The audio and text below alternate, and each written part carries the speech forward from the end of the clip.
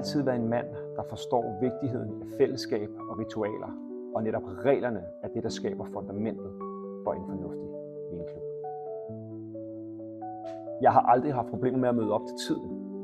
Min lever er synkroniseret med mit ur, når vi snakker boldspil, vin, øl og fællesskab.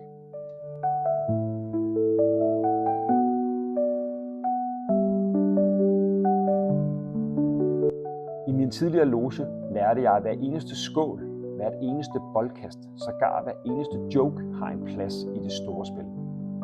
Jeg forstår fuldt ud vigtigheden af at overholde regler, hvad enten det drejer sig om mødetider, skåleritualer eller noget så enkelt som at vide, hvornår man har drukket nok.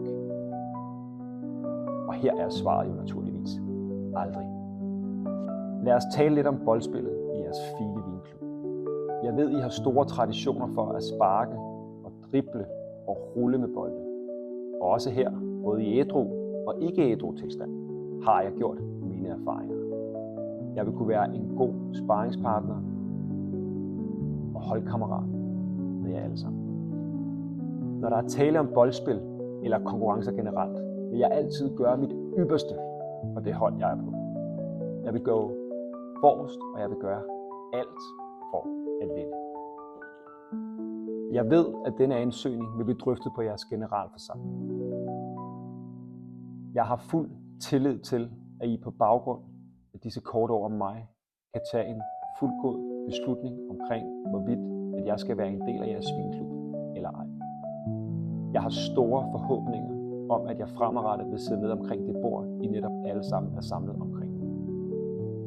Jeg forestiller mig også, hvilken æresfrygt I alle sammen sidder med. Hvem tør lukke en mand ind i en vinklub, når man ikke kender ham?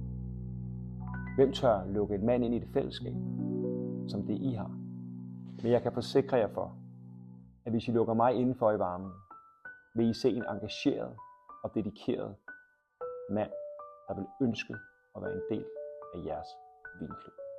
Med respekt, humor og en god portion håb er mit navn Nikolaj Markram Jørgensen, og jeg stiller op som mulig vinklubmedlem på generalforsamling lørdag den 1. marts 2025.